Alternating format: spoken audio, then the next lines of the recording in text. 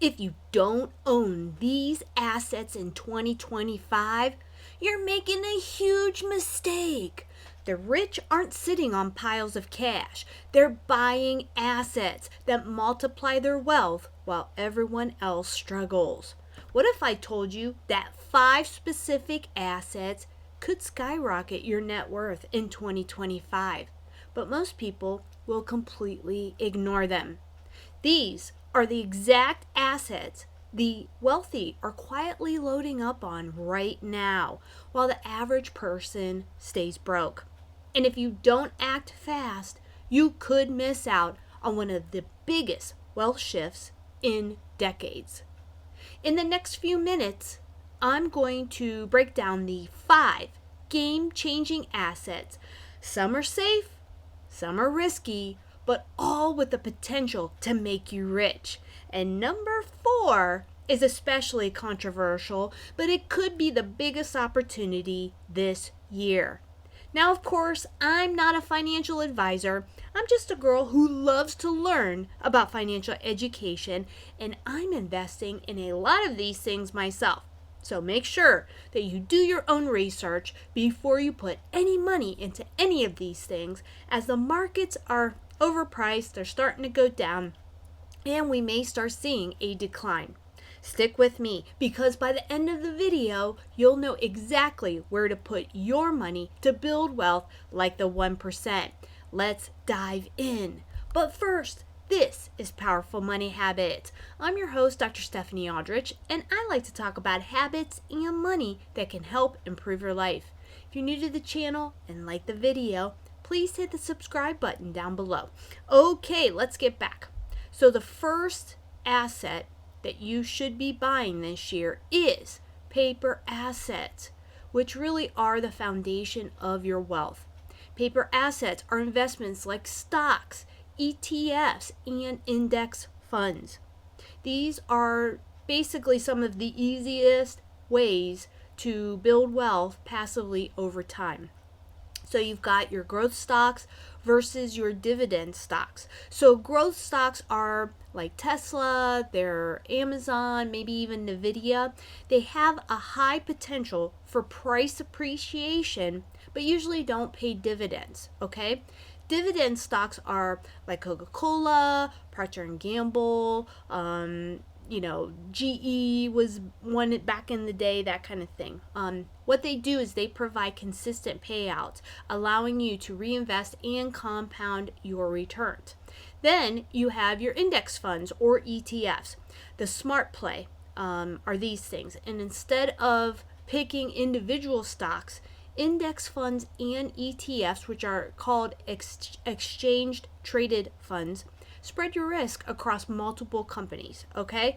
And they actually have ETFs that also pay dividends. So that could combine 2 of my favorite things to give me cash flow. So that might be something to look into. The S&P 500 index fund is a great beginner-friendly investment that historically returns around 10% annually, but that's combined over the since the early 1900s. So remember, it could come up, it could go up, it could go down. So you gotta ride the waves when you're investing. Okay, so why invest in paper assets? Basically, it's low barrier to entry. It's very easy to do. You can do it in your 401ks, your Roth IRAs, your TSPs. There's every vehicle you can find some type of paper asset to invest in. Okay, high liquidity. You can sell it at any time. Potential for long-term wealth building.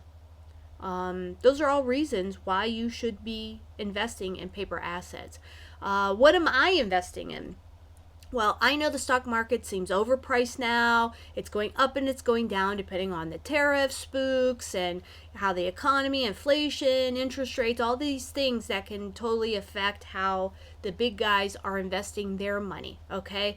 But when we have inflation, it seems like the Federal Reserve is doing everything they can to keep things stable, and that means the big hedge guys will put their money into things that keep going up. They want to put their money where they're going to make more money, okay? and this will include the stock market. So I personally, I don't care really what the market is doing. I like to dollar cost average, okay? This means that I'm just constantly investing in things that, no matter what they're doing, I'm investing, okay? And this includes the stock market, okay? If I see the market pull back, I might go ahead and invest a little bit more for the month. Maybe, borrowing from the next month to invest a little bit more. But usually I don't care what the market does because, like you, I have a job, okay? I have a family, and I don't live on Wall Street. What I'm doing is I like dividend ETFs that pay me monthly, like JEPQ, BTCI, SPYI, SVOL, and BIZD, and QQQI. These funds pay monthly dividends that track the major indices like the S&P 500 and the NASDAQ. The next one are hard assets. Real wealth you can touch.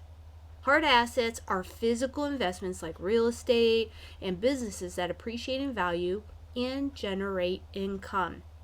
Real estate, the classic wealth builder, can include multifamily units, which are duplexes, triplexes, or just multifamily huge apartment complexes. They basically generate rental income. Commercial real estate is also in this space. You have office spaces, warehouses, storage facilities. They can provide higher returns but require more capital to get started. Storage units are booming as people accumulate more stuff because we do live in America and our whole economy runs on us being consumers of things. This can also include single family rentals, which are solid long term assets, especially in growing cities.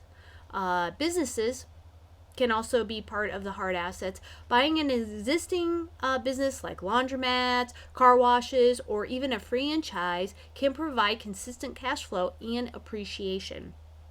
So why should you invest in hard assets?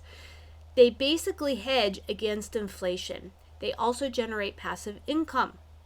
Tax benefits like depreciation and deductions help to offset any income that comes from the hard assets. Right now, with interest rates still high, you better know what you're doing before you start buying any type of rental real estate. What I did in 2018 is I started investing in syndicated real estate deals with Grant Cardone.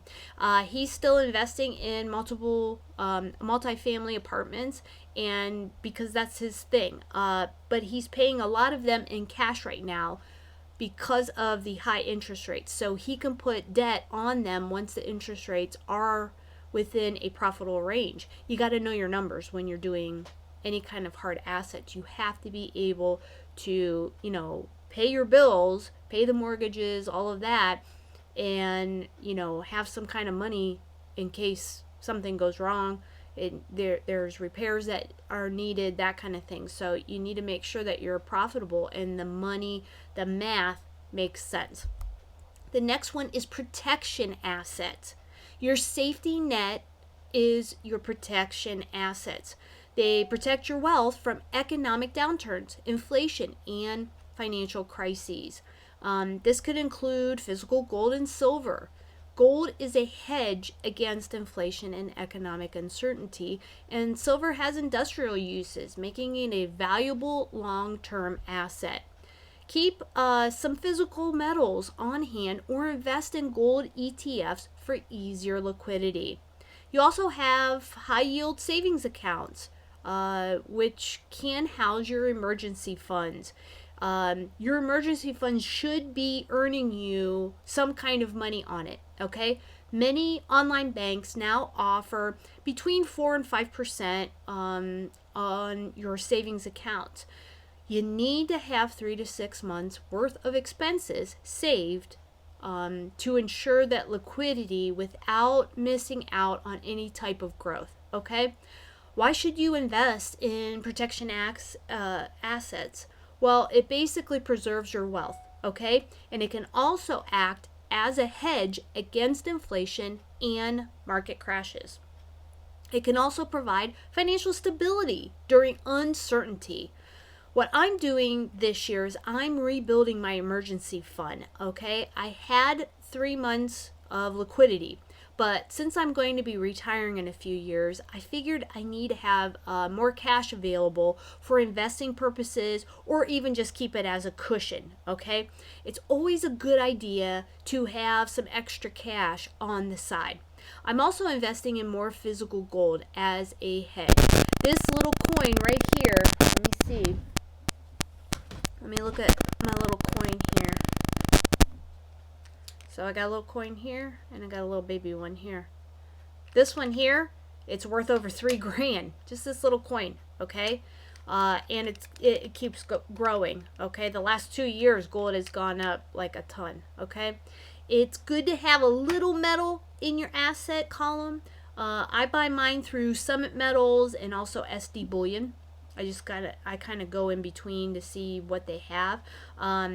Definitely not a sponsor of the show, but they have the lowest premiums I have found on the market. And they have some cool little wallets too that you can buy your little fractional gold if you want something a little smaller like this. Because gold prices are getting expensive, so you can buy the fractional type for the average consumer. That's what I've been doing. I've been buying both. The next one is speculative assets, okay? These are higher risk but higher reward investments. These assets have the potential for massive returns but also come with significant risk. And this, of course, is cryptocurrency, okay? Don't have more than 5 to 10% of your portfolio in any of these high risk assets, okay?